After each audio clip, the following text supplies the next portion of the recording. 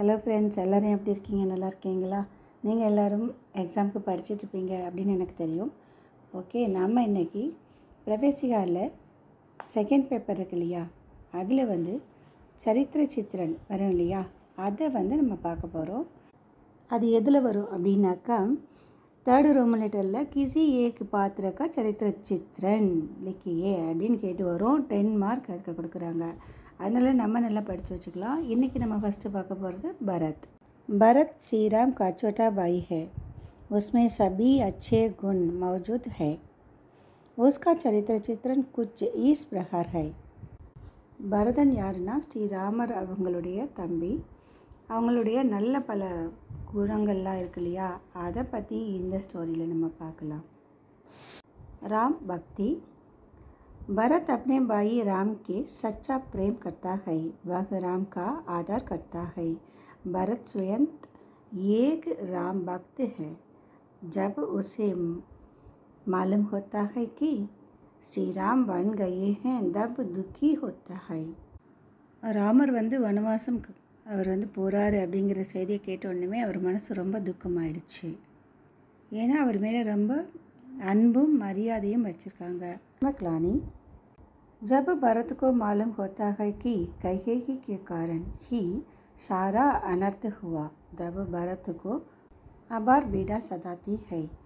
वह अपने को सारे अनर्थ का कारण समझता है, इसलिए उसे आत्मग्लानि आ कहती है. वह पछताता है. चित्रकूट में राम से मिलाकर अयोध्या वापस आने की प्रार्थना करता है. கைகேயியால் தான் எல்லா கஷ்டங்களும், இந்த துரதிருஷ்டம்லாம் வந்தது, இந்த கஷ்டங்கள்லாம் வந்தது அப்படிங்கிறத அறிந்ததுமே, அதாவது அவன் தெரிஞ்சுக்கிட்டதுமே ரொம்ப ரொம்ப மனசு ரொம்ப கஷ்டப்பட்டாராம் பரதன். எல்லாத்துக்கும் காரணம் நான் தான், அதாவது தன்னை தான் காரணம் காட்டிக்கிறேன், நான் தான் அப்படின்ற அந்த உணர்வு அவருக்கு ரொம்ப கஷ்டமாக இருந்தது. அதுக்கப்புறம் அவர் சித்திரக்கூட் போகிறாரு. அங்கே போய் ராமர்கிட்ட சொல்கிறாங்க, நீங்கள் திரும்ப அயோத்தி வாங்க அப்படின்னு சொல்கிறாங்க பரதன். नम्रता. श्री राम अयोध्या लौटने से इनकार कर देते हैं, तब भरत स्वयं सजा नहीं बनता. श्री राम की पादुकाओं को सिंहासन पर रखता है. उन पादुकाओं को ही राजा मानकर राज्य का निर्वाह करता है.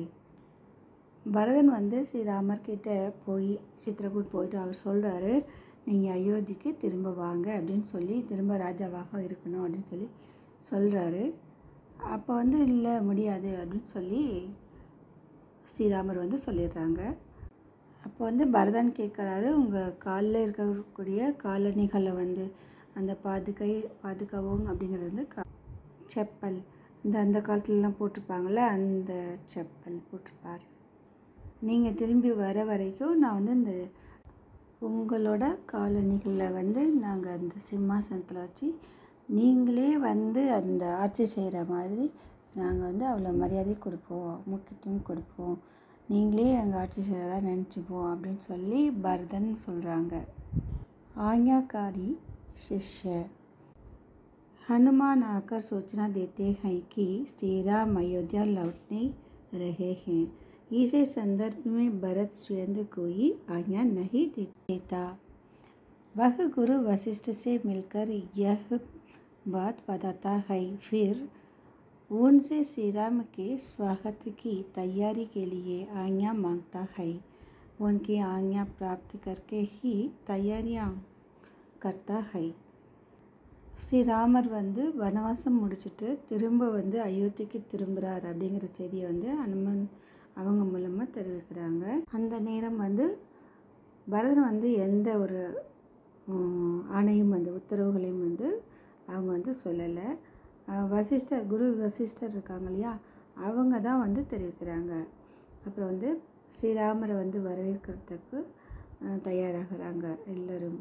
அப்புறம்தான் வசிஷ்டர் அவங்கக்கிட்ட அனுமதி பெற்ற பின்னரே, அதுக்கப்புறம்தான், அதாவது நல்லா தெரிஞ்சுக்கிட்டதுக்கப்புறம், வசிஷ்டர் மூலம் கரெக்டான தகவல் தெரிஞ்சதுக்கப்புறம் அவர் ரொம்ப சந்தோஷமாக அவரை வரவேற்கிறதுக்கு தயாராக இருக்கிறார். அந்த நிகழ்ச்சியை வந்து ரொம்ப சந்தோஷமாக அவளோட ரொம்ப ஆனந்தமயமாக அப்படி ஒரு ஃபங்க்ஷனை வந்து கொண்டாடி பண்ணுற மாதிரி அவர் வரவேற்கிறார். मातृ प्रेम। वशिष्ठ जी से आज्ञा लेने के बाद भरत सीते माता कौशल्या के महल पहुंचता है। कौशल्या को राम सीता और लक्ष्मण के लौटने की खबर सुनाता है। वह जानता है जैसी वह स्वयं बेचैन है वैसे ही माता कौशल्या भी बेचैन होंगी। माता को कुछ देखने से भरत को तसली होती है। வசிஷ்டர் அவங்கக்கிட்ட அனுமதி கிடைச்சதுக்கு அப்புறம் தான் பரதன் வந்து நேராக போய் கௌசல்யா அவங்கள போய் பார்க்குறாங்க, அவங்க அம்மா போய் பார்க்குறாங்க. அப்போ வந்து சொல்கிறாங்க, அவங்க ராமன் சீதை அப்புறம் லக்ஷ்மண் இவங்கெல்லாம் திரும்பி வராங்க அப்படிங்கிற விஷயத்த சொல்கிறாங்க. சொன்னதான் அவங்க அவங்களுக்கு அவ்வளோ ஒரு சந்தோஷமாக இருந்ததா. எப்படி பரதனுக்கும் வந்து தன்னோட அண்ணனை பிரிஞ்சு இருக்காங்க அப்படின்றது மன வருத்தம் ஏற்பட்டது இல்லையா, அவங்க காட்டுக்கு போனது கஷ்டமாக இருந்தது இல்லையா, அதே போல் அவங்களுடைய கஷ்டம் போலவே அவங்க அம்மாவுக்கும் வந்து அந்த மாதிரி ஒரு ஃபீலிங் இருந்தால் கஷ்டமாக இருந்தது. நம்மளால் போய் வனவாசம் போனாங்க அப்படிங்கிறது மன உளைச்சல் அவங்களுக்கும் இருந்துதான். அப்போ தான் அவர் நினச்சாரா, நம்மளை போல தானே அம்மாவும் வந்து கஷ்டப்பட்டுட்டு இருந்தாங்க அப்படிங்கிறது வந்து அப்போ தான் அவளும் வந்து பரதனும் வந்து அறிஞ்சிக்கிட்டாங்க, அதை தெரிஞ்சுக்கிட்டாங்க. அந்த சமயம் வந்து அவங்க அம்மா முகத்தில் இருந்த அந்த மகிழ்ச்சியை பார்த்து பரதனுக்கு வந்து ரொம்ப சந்தோஷமாக இருந்தது. அது मर्यादा पुरुषोत्तम। सभी लोग मात्र श्री राम को मर्यादा पुरुषोत्तम कहते हैं। इसे संपंत में भरत राम के जरा भी कम नहीं है। श्री राम को देखते ही उनकी शरणों में गिर पड़ता है, उनकी पादुकाएं उनको पकड़ता है। इसे संदर्भ में स्वयं श्री राम कहते हैं कि भरत तुमने लोक வேத் கி மரியாதை ரக்கி।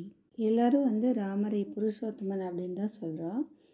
பரதன் வந்து ராமரை பார்த்ததும் அவர் கண்டதும் அவங்க காலில் விழுந்து நமஸ்காரம் பண்ணுறாரு. அப்புறம் ராமருடைய அந்த காலணிகளை எடுத்துக்க கொடுத்து அதை போட்டுக்க சொல்கிறாரு. அந்த நேரம் வந்து ராமர் சொல்கிறார், ராமர் வேறு பரதன் வேறு கிடையாது, 2 பேரும் ஒன்று தான் அப்படின்னு சொல்லி பரதன் வந்து வேதத்தினுடைய அந்த கண்ணியம் இருக்கு இல்லையா, அதை வந்து காப்பாற்றியிருக்கார் அப்படின்னு சொல்லி அதை ராமர் வந்து எல்லார் முன்னாடியிலையும் சொல்கிறாங்க. உபசங்கர் इस तरह भरत का चित्रण उत्तम गुणों के कारण चमकता है। முடிவில் வந்து பரதனுடைய நல்ல குணங்களை பற்றி இதில் எல்லாருக்கும் தெரிகிற மாதிரி அவங்க ரொம்ப எடுத்து சொல்லியிருக்காங்க. தேங்க்யூ. அடுத்து நம்ம மாண்டவியில் பார்க்கலாம். Mandavi next story start. Thank you.